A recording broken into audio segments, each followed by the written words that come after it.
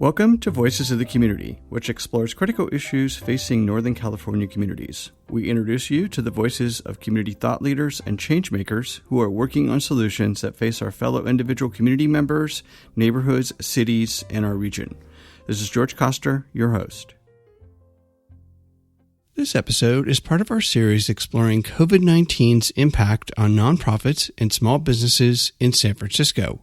We started the series back in April of 2020 during the height of the first phase of the COVID-19 pandemic and the shelter-in-place requirements. Over these past 9 months, the COVID-19 pandemic and economic meltdown has wiped out millions of jobs in both the nonprofit and small business sectors, as well as shuttered tens of thousands of small business operations. The goal of the series is to shine a spotlight on the nonprofits, small businesses, and their staff who are struggling to deal with the impact of the COVID-19 pandemic on their operations, services, and sustainability. The series of interviews we conducted features voices from a cross-section of organizations that make up the fabric of our community. Each of them brings a unique perspective on how they and we are dealing with the issues facing our community during the global pandemic and economic depression.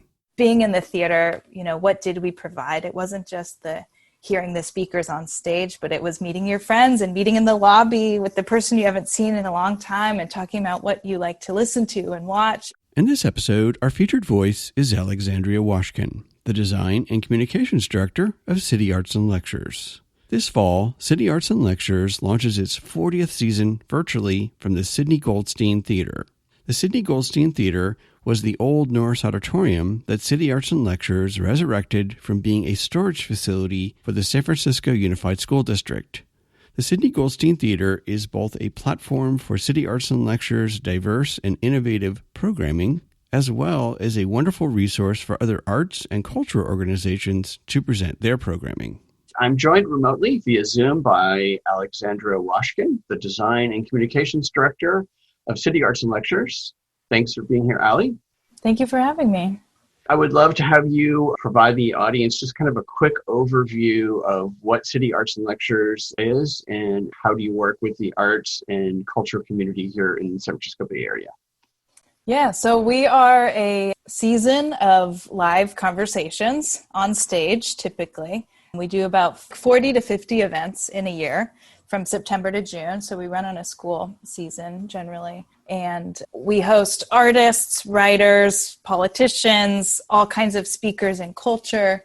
We always enlist a skilled interviewer to just kind of have an organic conversation with this person. Sometimes they come with a book or they come, to speak about a certain subject, but we really try to just get, the guests to be themselves and to be on stage in front of an audience. The theater holds 1,700 people. We host events that sell 300 if it's a smaller guest, and then we host events that sell it out. So we really try to book a diverse group of people that will bring in different audiences and different sizes, all different, demographics of people.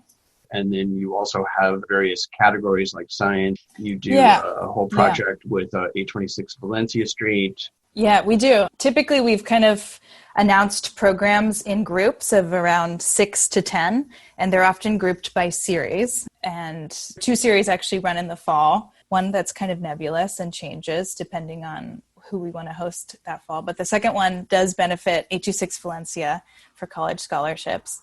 And Dave Eggers is really great in helping us secure guests that will appeal to a regular audience, but then also to a lot of students and teachers that come out for those shows. And then in the spring, we do another 2 series. One that does change. Often it's cultural studies, which is kind of a generic term. But then we do a second one that's conversations on science. So that's the only series that we do that's a little bit more thematic.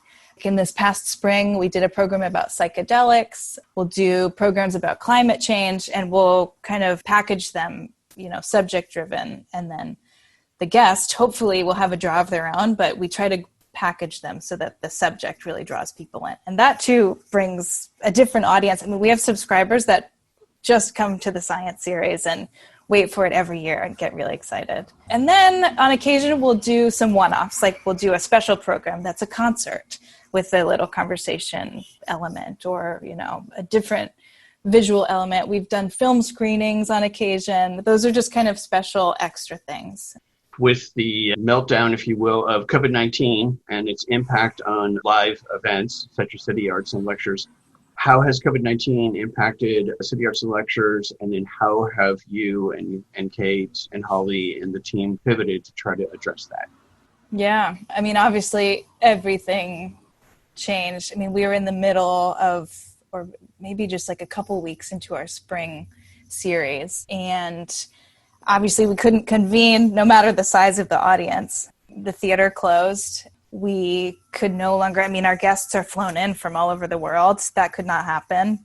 Even if they could, it was like people weren't comfortable. As it was kind of unfolding, we were having to decide what exactly are we going to do with all the different guests and events. We had an empty theater. We ran into technical challenges. I mean, we have just kind of by nature been a bit of an old school organization for a long time. We've been around since 1980, and we've done things in a very simplified old school manner in a way. So we ran into technical challenges, software. I mean, all the things that everybody was really trying to figure out at the same time. Zoom and microphones and getting your sound. And, if we are going to have the guest, can they hear us? Can they see us? How do we do audience questions? Like just running into all these new challenges. And thankfully we're a small staff, which we are so grateful to be, and we're all very resourceful. We all kind of just found different ways to step in and figure out what to do. We did have to basically hire a new person to handle the technical aspects. Those were skills that we definitely didn't have, but we have a fantastic person who has helped us do all kinds of technical things over the years, who just happened to also have these other adaptable skills to the 2020 meltdown. And so it's always been really important for us to pay artists and writers. So we've really tried to maintain that through all this. Some events had to be postponed. Some of them, we just kind of had to change the formatting of them a little bit. But once we got everything that we could at least do, switched on to a digital format. I mean, for a while we were pre-recording the events and then just airing them live because of the technical challenges of it. Now we are back to live. That was always a really important thing, the live organic audience engagement and keeping a ticketed model to allow us to pay the artists and the writers who are coming. And so now that we've done that, we finished the spring season, the events that we had announced prior, and now we're entering the new fall season where everything is being, booked and programmed online first, not with the intention of being in the theater and that being taken away. So, we're going with the flow a little bit. I mean, people are definitely getting used to it now, doing all this and tuning into an event online. We are a nonprofit, so we had a membership program kind of built into our donation model where there were perks of becoming a member or being a member that were mostly related to convening in person. It was, buying a ticket before other people and coming to a party with the guest. And that there was no point in even pushing those because we didn't know how long this was going to go. So for the first time, we actually did a somewhat general ask for our annual membership, which was incredible. I mean, people really came out and supported us and even just sent us really sweet notes. And, we had donors who had been in our membership or on our mailing list for decades and never even donated before, and even just sent us a small check and a nice note. And we tried to think of what would people really like and appreciate to have right now. And being in the theater, what did we provide? It wasn't just hearing the speakers on stage, but it was meeting your friends and meeting in the lobby with the person you haven't seen in a long time and talking about what you like to listen to and watch. And, everybody's isolated at home. So we thought, well, why don't we get the artists that we, know and love and get them to design postcards for us. And so we had 4 different artists make us some cool drawings and we made them into postcards. And so we folded these up and stuck these into an envelope with a note just explaining, you guys know what's going on. The world sucks right now, but we're still here. We're going to do what we can.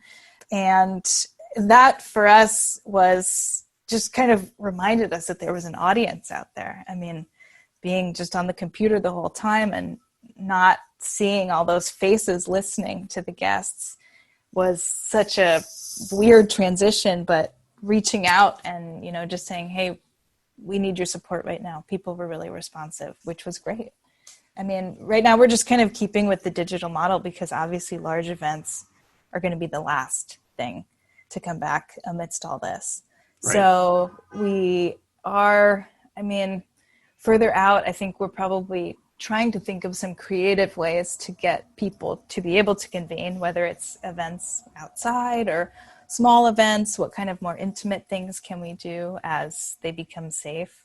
But for now, we're just going with the flow and doing online ticketed events. And we have a bunch of events listed on our website. We're adding more every week. So people can support City Arts and Lectures by purchasing tickets to virtual events, becoming members. Exactly. Yeah. And it's also been always important to us to offer tickets to teachers and students for discount or for free, which we are very grateful to be able to keep doing this fall. And make a donation, buy a ticket.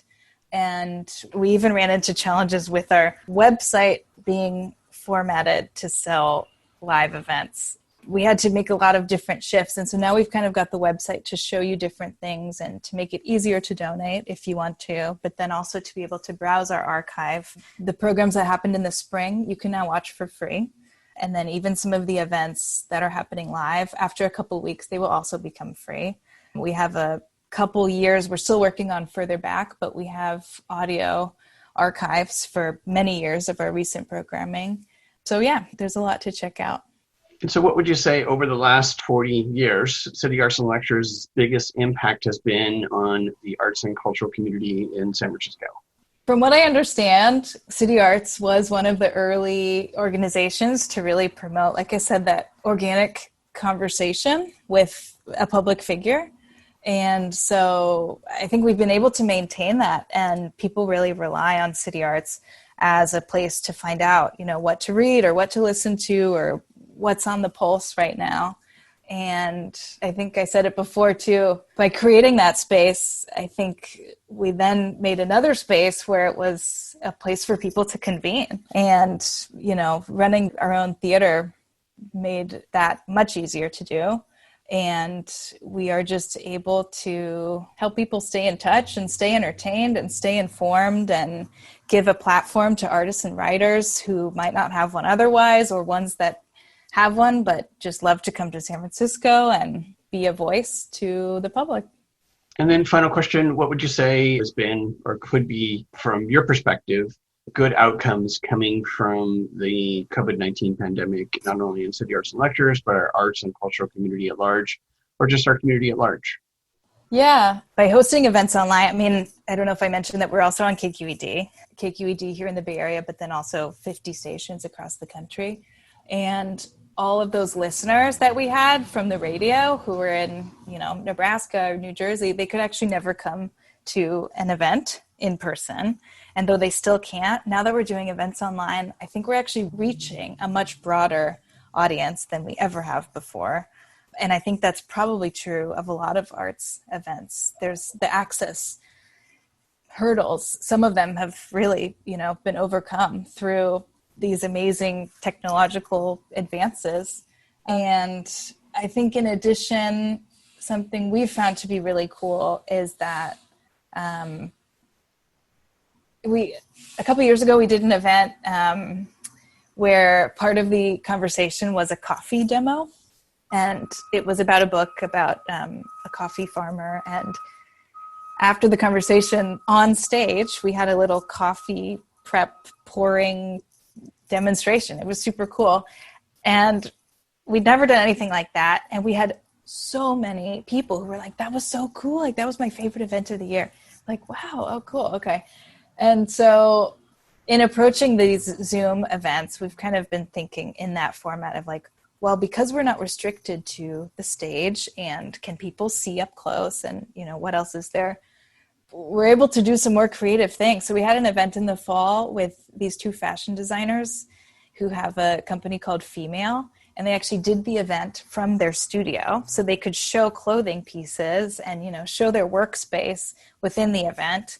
This fall, we're doing some events with a couple chefs. We have an event with Yotam Ottolenghi from London, and he's going to do a cooking demo as part of his event. And we have a couple other events on the horizon where we are adding these extra elements that we couldn't do at the theater. But now that we're remote, we can get a little more creative. So it's kind of loosening the boundaries, I think, of what an arts organization can do and offer. There's just a lot of creativity to be found within all of these new weird restrictions of the world. Thank you, Ali, for sharing City Arts and Lectures work today. I'm going to make sure that everybody who's listening and watching this interview will have all that stuff on our website. Please stay safe. Give my best to the whole City Arts and Lectures crew. And hopefully on the other side of this, we'll have an even more interesting arts and cultural experience at the Sydney Goldstein Theater. Definitely. Thank you so much, George. That's it for this episode of Voices of the Community. You've been listening to the voice of Alexandra Washkin, the Design and Communications Director of City Arts and Lectures.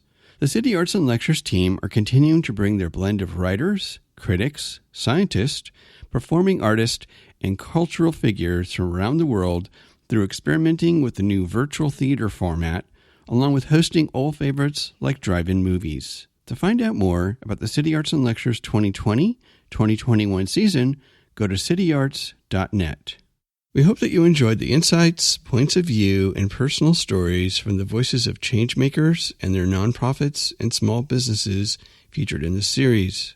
To find out more and get engaged with the nonprofits, small businesses, and staff members featured in the series, please go to my website, georgecoster.com, and click on Voices of the Community to find links to the extended versions of these interviews and to listen to the entire series. After listening to these stories, we hope that you will consider making a donation and volunteering to provide a hand up to your fellow community members. I want to thank my associate producer, Eric Estrada, along with Mel, Michael, and Lila at the San Francisco Public Press and KSFP. To listen to our next episode in this series and to our archived past shows, which feature community voices working on solutions to critical issues facing Northern California communities, please go to georgecoster.com. While you're on our website, please consider making a donation to help us provide future shows just like this one. Follow us on Twitter at George Coster, and please email us with feedback and show ideas at george@georgecoster.com. I'm George Coster in San Francisco, and thank you for listening.